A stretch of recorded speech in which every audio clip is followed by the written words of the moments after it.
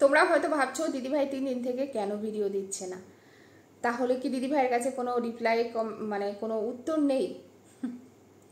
বললাম না, মন্দিরাকে নিয়ে ভিডিও করলে ও যেভাবে রিপ্লাই কমেন্ট করেছে, রোজ 2টো করে ভিডিও নামাতে পারতাম। আর মন্দিরার কথা মতো আমাদের কন্ট্রোভার্সি ক্রিয়েটারদের এখন কন্টেন্টের খুব অভাব। তো সেইখান থেকে ওকে নিয়ে রোজ 2টো করে ভিডিও আমি নামাতে পারতাম অনায়াসে, কোনো রকম পার্সোনাল অ্যাটাক না করে, কোনো পুরনো টপিক না টেনে, ঠিক আছে, করতে পারতাম। করিনি, মন চায়নি, তারপরে আছে শরীর খারাপ ছিল। দেখতে পাচ্ছ তোমরা, আমি ব্লগিং চ্যানেলও আজকে 7-8 দিন পরে গতকালকে একটা ভিডিও দিলাম, কারণ সত্যিই শরীর ভালো না। তারপরে হচ্ছে সামনে খুব ব্যস্ত আছি গো, হ্যাঁ, সংসার নিয়েই খুব ব্যস্ত আছি, যার জন্য ভিডিও দিতে পারিনি। তবে আজকেও দিতাম না। একজন মানুষকে নিয়ে রোজ রোজ কন্টেন্ট করা, সেটা আমার ভালো লাগে না। তোমরা আমার চ্যানেলে দেখেছো আমি সবসময় ঘুরিয়ে ঘুরিয়ে ভিডিও করার চেষ্টা করি। ওই রোজ দিন একজনকে নিয়ে বসে যাব, 2টো ভিডিও করব, সেই একজনকে নিয়ে চটকাতে থাকবো, এরকম ভিডিও আমি করি না। তবে ও একটা কথা বলেছে, সেটার উত্তর না দিয়ে পারছি না, কারণ সেটা হচ্ছে গীতাদিকে নিয়ে। তো আমি তো আগে দেখিনি ওর রিপ্লাই কমেন্টগুলো, এই গতকালকেই গিয়ে দেখলাম, তখনই ভাবছিলাম ভিডিওটা করব, তো তখন সময় হয়ে ওঠেনি। আর আজকে এই যে এখন মাত্র মনসা মন্দির থেকে ঠাকুর পুজো দিয়ে আসলাম। আর কেন গেছিলাম মনসা মন্দিরে ঠাকুর পুজো দিতে, সেটা তোমরা ব্লগিং চ্যানেলে দেখে নিতে পারবে। তো যেটা হলো কথা, তার আগে পরিচয়টা দিয়ে নিই। Hello friends, welcome back to my channel me শিল্পী। আশা করি তোমরা সবাই ভালো আছো, আমিও ভালো আছি। এখন যাব রান্না করতে, আর সময় পাবো না বিকেলে এই কন্ট্রোভার্সি চ্যানেলে ভিডিও দিতে। তো ভাবলাম ছোট্ট করে কিছু কথা বলে নিই। তো ভিডিওটা বলতে বলতে কত বড় হয়ে যাবে সেটা আমার কিন্তু আন্দাজও নেই। তবে মন্দিরাকে নিয়ে আপাতত আর কোনো রকম কথা আমি বলবো না। আমি জাস্ট ওয়েট করছি, ওকে নিয়ে নাকি কেউ কন্টেন্ট করে না বা করবে না, আমি খালি সেই দিনের অপেক্ষায় রয়েছি যে ওকে নিয়ে কেউ কন্টেন্ট করে কিনা। হ্যাঁ, কাকিমাকে একটা কথা স্মরণ করিয়ে দেবো, কাকিমাকে নিয়ে আমার কিছু বলারই নেই। কাকিমাকে নিয়ে কিছু বলারই নেই। তো কাকিমা বলে কি, চোখ কান খোলা রাখো, তো রাখো নাকি জানি না, হ্যাঁ রাখো। তো তোমাকে বলছি, তুমি নিশ্চয়ই বুঝতে পারছো, চোখ কান খোলা তুমি রাখো। তো চোখ কান যখন খোলা রাখো, তাহলে এটাও নিশ্চয়ই দেখেছো কিছুদিন আগে, 15 দিনও বোধহয় হয়নি, কেউ একজন একটা টাইটেল আর থাম্বনেল দিয়েছিল, এই সেই বসিরহাটের সোনা হোটেল। মনে পড়ে বন্ধুরা তোমাদের? এরকম একটা টাইটেল আর থাম্বনেল দিয়েছিল কেউ একজন। তো তোমার মেয়ের পুরনো টপিক টেনে বা তোমার মেয়েকে নিয়ে কেউ তো কন্টেন্ট করে না, তাহলে এই যে এই সেই পুরনো সেই যে সোনা হোটেল, আজ থেকে 1 বছর আগের ঘটনা, তো সেইটা কেউ একজন টাইটেল আর থাম্বনেল দিয়ে ভিডিও করছিল। তো ভিডিওটার ভিতরে গিয়ে দেখেছিলে ভিডিওতে কি ছিল, বা সোনা হোটেলটা কার সাথে জড়িত বা কার সাথে রিলেটেড? কেউ তো তোমার মেয়েকে নিয়ে ভিডিও করে না, পুরনো জিনিস খুঁচিয়ে তোলে না। তো সেই ভিডিওগুলো দেখেছিলে, টাইটেল থাম্বনেল দেখেছিলে? বসিরহাটের সোনা হোটেল মানেই কার কথা উঠে আসে। যাই হোক, জাস্ট তোমাকে মনে করিয়ে দিলাম। আমি না পুরনো টপিক নিয়ে ভিডিও করিনি বা করার ইচ্ছেটাও নেই, অতটা নিচে নামতে পারবো না, এটা হলো কথা। তো সেখান থেকে একবার দেখে নিও। তাছাড়া যদি তোমার মনে হয় যে কেউ তোমার মেয়েকে নিয়ে কিছু বলে না, তুমি আমাকে বলো, আমি তোমাকে লিঙ্ক পাঠিয়ে দেবো যে তোমার মেয়েকে নিয়ে কি কি বলে, তোমাকে নিয়ে কি কি বলে। লিঙ্কগুলো পাঠিয়ে দেবো, ভিডিওগুলো দেখো। অবশ্য ওইগুলো দেখার তোমাদের দরকার পড়ে না। মি শিল্পী কি বলেছে, অ্যাকচুয়ালি মি শিল্পীকেই তোমাদের পছন্দ না, যার জন্য মি শিল্পী কি বললো না বললো তাতে তোমাদের খুব ফারাক পড়ে। সেটা পার্সোনাল অ্যাটাক হোক আর না হোক, ভিডিও রিলেটেড হোক আর না হোক, সমস্যাটা হচ্ছে মি শিল্পীকে নিয়ে। তো আমি একজন সমালোচক না, তোমরা যখন এত খোঁচা মারো, ঠিক আছে, তো আমার কি করা উচিত বলে মনে হয় কাকিমা তোমাদের? আমি তো একজন সমালোচক না, আমার তো কাজই হচ্ছে বড় ব্লগারদের নিয়ে কন্টেন্ট করা। সেখান থেকে আমার কিন্তু রোজ একটা করে ভিডিও তোমাদের নিয়ে করা উচিত, বাট না, করবো না।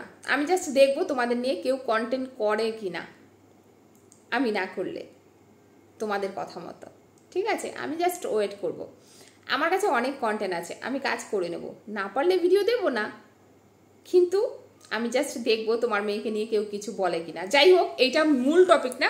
এইবার চলে আসি, তোমাকে জাস্ট স্মরণ করিয়ে দিলাম যে তোমার মেয়েকে পুরনো টপিক নিয়ে, তোমার মেয়ের খুব কাছের জনরাই কিন্তু পিঞ্চ করে করে ভিডিও করে। যাই হোক, গেল এটা। এইবার আসি, মন্দিরে একটা কথা বলেছে যে মানে আন্টির নাম তো তোমার মুখ থেকে শুনতেই চাই না। কারণ উনি খুব ভালো মানুষ, উনি আমাকে বুঝিয়ে বলে, উনি ভিডিও করে, ওকে বুঝিয়ে বলে আর কি খুব।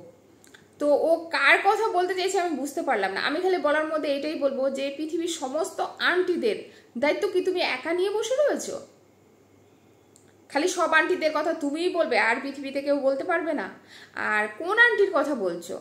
যেই আন্টিকে 2 দিন আগে তুমি ন্যাঙ্গা করেছিলে সোশ্যাল মিডিয়ায়, তুমি আর তোমার হাজবেন্ড মিলে।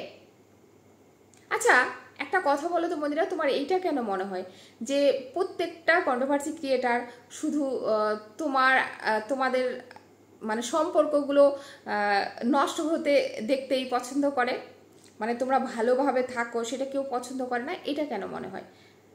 এটা কেন মনে হয়? এই যে রিসেন্ট কিছুদিন আগে মনে হচ্ছিল যে গীতাদি তোমার শ্বশুরবাড়ির সাথে তোমার সম্পর্ক নষ্ট করতে চাইছে, সোমনাথের সাথে সোমনাথের বাবার সম্পর্ক নষ্ট করতে চাইছে গীতাদি ফোন করে করে তোমার শ্বশুরকে অনেক কথা বলতো, যাতে কিনা তোমাদের সম্পর্কটা নষ্ট হতে পারতো।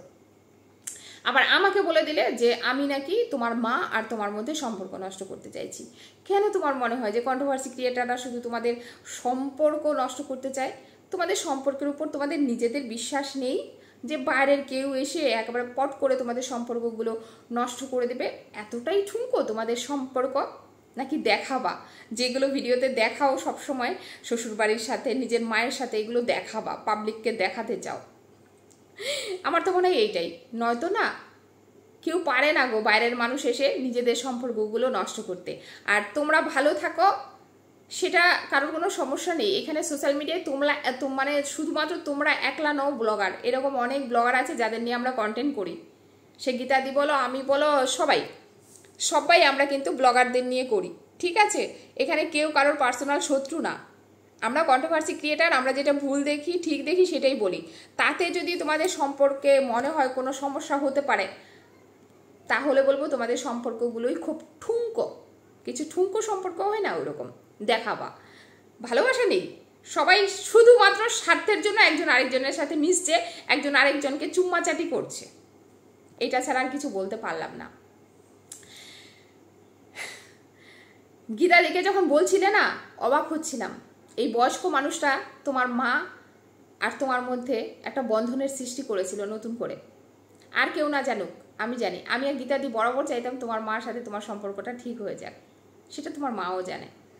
আর সেই মানুষটাকেও ন্যাঙ্গা করতে 1 সেকেন্ডও ওয়েট করোনি। এমনকি সত্যিকারের এই গীতা আন্টিকে তুমি অতটাই সম্মান করো নাকি এই গীতা আন্টি সোমনাথের আন্টি, তোমার কিছু না?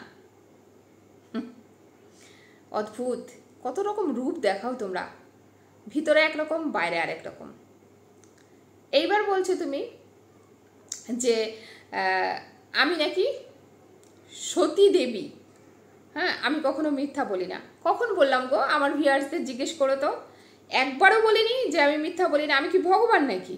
আরে বাবা, ভগবানেও মিথ্যা কথা বলেছে। যুধিষ্ঠির, আমরা তাদের ভগবান বলি তো, অর্জুনের ভাই, সেও কিন্তু ভগবানই ছিল, তাকেও মিথ্যা কথা একটা হলেও মিথ্যা কথা বলতে হয়েছিল। তো ভগবানই যেখান থেকে সতী না, আমরা কোথা থেকে একেবারে সতী সাবিত্রী চলে এসেছি? আমাদেরও মিথ্যা আমরা বলি। তবে আমরা যখন মিথ্যা বলি সেটা যদি ধরতে না পারি, কেউ যদি ধরিয়ে দেয়, সেটা জানো তো একবার অস্বীকার করি না, মাথা নত করে স্বীকার করি। আজকে আমিও যদি আমার কেউ ভুলটা ধরিয়ে দেয়, তোমাকেই বলছি আমার ভুলগুলো ধরিয়ে দিও, তোমাকে আমি বলবো বুনু সরি বুনু, আমার ভুল হয়ে গেছে, মাথা নত করে বলছি।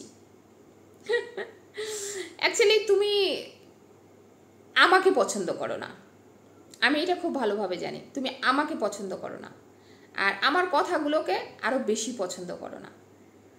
তোমাকে বলি, তোমার হচ্ছে কুম্ভ রাশি, আমারও কুম্ভ রাশি। তোমার বোন, তোমার দিদি সোনালী গুপ্তা, আমারও বোনু, খুব ভালো মেয়ে, তাকে জিজ্ঞেস করে দেখো। তোমার আর আমার মধ্যে দূর দূর তক তো কোনো মিল নেই, থাকবেও না, আমাদের সাথে কোনোদিন মিল হবেও না। আর তুমিও নিশ্চয়ই চাও না আমার সাথে মিল করতে, আর আমিও চাই না তোমার সাথে মিল করতে। তুমি বড় ব্লগার হতে পারো মন্দিরা, কিন্তু আমি চাই না তোমার মতো হতে, তুমিও নিশ্চয়ই চাও না আমার মতো হতে। তুমি একটা কথা বলছিলে না, প্রত্যেকের লাইফস্টাইল আলাদা আলাদা।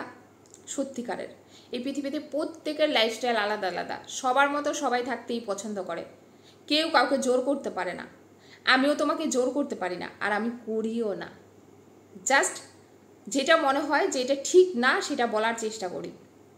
আর আমার যদি তোমার কিছু মনে হয় যে কাজকর্ম বা যে কোনো কিছু, যেটা আমি তোমার ভুলগুলো ধরি, আমারও তো আছে, তুমি আমাকে ধরো, আমি তোমাকে কি বলবো জানো, যে আচ্ছা মন্দিরা নেক্সট টাইম আর করবো না, এটাই বলবো।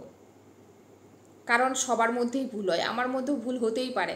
এমন কিছু গুণ আছে যেটা তোমার খুব ভালো, আবার এমন কিছু গুণ আছে যেটা হয়তো আমার ভালো। এই পৃথিবীতে কোনো মানুষ স্বয়ং সম্পূর্ণ হয় না।